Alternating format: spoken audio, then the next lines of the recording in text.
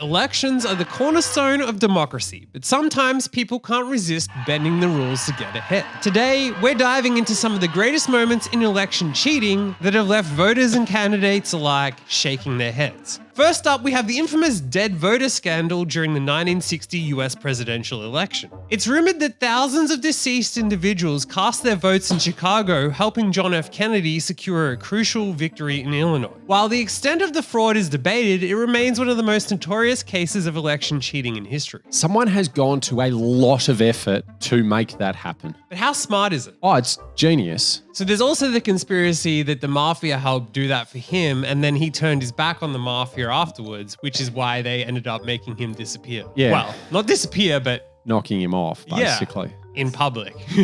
There was no subtlety about the death of JFK. You've got to keep scratching their back, otherwise you know what's going to happen. Yeah, well, I mean, that's why you don't turn your back on the mafia. Unlike brave people like Marcus who say F the mafia. Like, weren't you saying F the mafia right before this? No. I'm pretty sure you said before we started recording F the mafia. Can you not get me killed, please? Just for like the 6th time, try not get me killed. The 2000 US presidential election between George W. Bush and Al Gore was famously marred by the hanging chads controversy in Florida. Now, you're a big fan of hanging chads. Hanging chads. Tell us who the hanging chads are. No, I've got no idea because it was 24 years ago and I was still a kid. Confusing ballot designs and partially punched holes led to a contentious recount and allegations of voter manipulation. The fiasco ultimately ended with a Supreme Court decision, leaving many questioning the integrity of the voting process. American elections, there's always some sort of controversy with it. Since when? Can there not be an election in that country that goes by that can actually go through just normally? Okay, do you want to know what a hanging chat is? Please enlighten us. You know when you punch a hole in a paper? Yes. Back in the day when they would punch holes in paper. Yes. So essentially, it's when the hole doesn't punch properly. Makes perfect sense. So if you punch a hole in a thing, it doesn't necessarily go all the way through. So therefore, the automatic counting won't necessarily read it. And so that's why they call it a hanging chat. Yeah, so can you still be hanging on into it? 537 votes out of almost 6 million cast in Florida decided the count. So that's less than 1% of the votes made the difference. It's actually 0.009%. Tammany Hall, the political machine that dominated New York City politics in the 19th century, was notorious for its election fraud tactics. From ballot stuffing to voter intimidation, Tammany Hall perfected the art of manipulating elections. Their tactics ensured the Democratic Party's dominance in the city, often at the expense of fair democratic processes.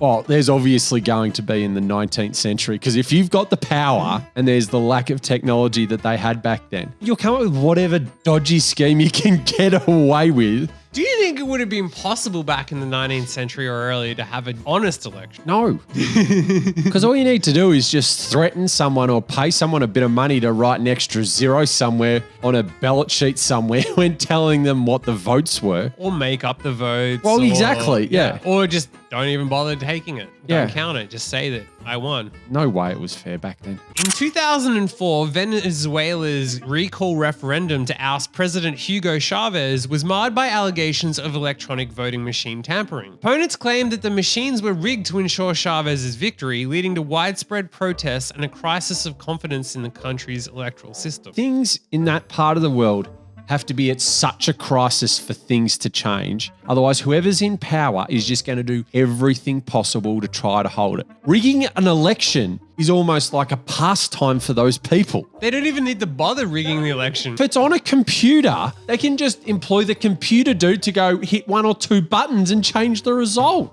It does make you think that in certain countries, like, why would you even believe that it was? Like, even with no reason to believe that there was fraud, why would you even think that there wasn't? There's always going to be some level of fraudulent behavior in an election. It's just going to happen. I think most people forget that, like, if you were leading a country, just put aside whatever country or any of that stuff, and you were the leader, and then you had to decide what computer program to cast votes in, as if you wouldn't just pick one to keep in power. Of course you're going to. And that's why neither of us could ever be leader, because No. we would just rig it in our favor. I don't ever want to run for politics. You're not going to have a choice. At some point, we're going to force you to. No. Hashtag blackmail Marcus into running for leader. God. This is not going to end well for me. During the 1925 German presidential election, the Social Democratic Party discovered that the opposition had tampered with ballot boxes. Votes were either added or removed to manipulate the results, leading to a scandal that exposed the vulnerabilities. Which I can't believe that anything was dodgy going back in the 1920s and 30s in Germany. That's almost one of the dodgiest periods in history, especially for that country. Almost. When else would things have been more dodgy? In South Korea's 2012 parliamentary elections, it was discovered that numerous votes were cast by ghost voters, individuals who didn't actually exist. I reckon if you really wanted to, how hard would it be to register someone to vote or whatnot that doesn't actually exist? Well, in Australia, I could just go there as you. Because all you need to know is the person's name and their address. You say you're them. Yeah. How would they know? Oh, they don't. Because there's no checking. It's just like, oh yeah, No. this is my address and my thing. The one thing you can do in Australia is that you can go from multiple ballot boxes to ballot boxes within like your electoral area and you can vote multiple times. In South Korea's 2012 case, you actually needed IDs. So they actually had fake IDs and manipulated voter rolls. Wow. That's a lot of effort. 2004 presidential election in the Philippines was rocked by the Hello Garci scandal involving recordings of then President Gloria Arroyo allegedly instructing an election official to rig the vote count in her favor. It's a little bit awkward. just a little bit awkward. The tapes led to widespread protests and calls for her resignation, highlighting the deep-seated issues of electoral fraud in the country. In India, the integrity of electoral voting machines, EVMs, has been frequently questioned. In 2017, allegations surfaced that EVMs were hacked to favor certain candidates. Although these claims were largely dismissed, they fueled conspiracy theories and mistrust in the process. Anything that's electronic has the opportunity for people to hack it and manipulate it. Absolutely. But the wildest thing I think is that there's never really any allegations of cheating in Australia. And I just don't understand why. Like, why do people actually think that Australian politicians are more honest? There's just as much money and other craziness on the line. Why would someone not be manipulating vote machines in Australia? There's no actual machines that you've... So it's all we just have less pencil and paper. technology and we are supposedly more So it's all honest. pencil and paper in Australia, which seems to work. No, it only seems to work because no one seems to be saying that it's rigged. Zimbabwe's 2008 presidential election was overshadowed by blatant electoral fraud.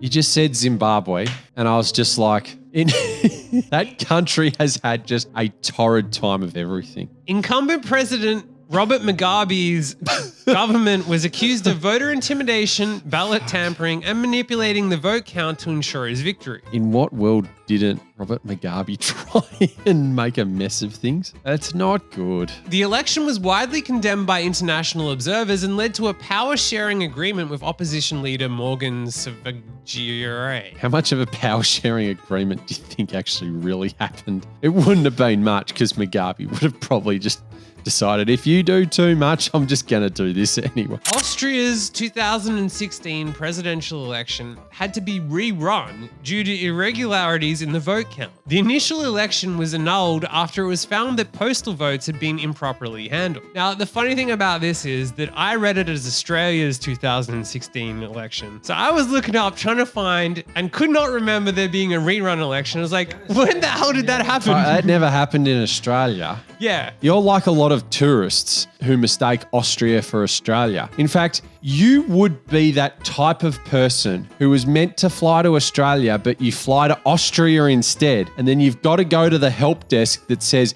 this is Austria, not Australia. How can we help you? Especially when I've flown like 24 hours to get to the UK. Exactly. And then I take the 2-hour flight home and I'm like, wow, this is quick. Yeah. And it only cost me $100. That's so cheap compared to the flight over. Have we noticed one thing with all this election rigging? I'm not involved. Well, I know you're not involved. It always seems to be the current person in charge, president, who's the one who's accused of or has done the voter rigging. I'm going to say, if you're not the one in power and you manage to rig an election, you probably deserve to win because you're showing amazing strength and courage to rig. Yeah. And risk. Oh, 'Cause if you get it wrong, you are an elite level cheater.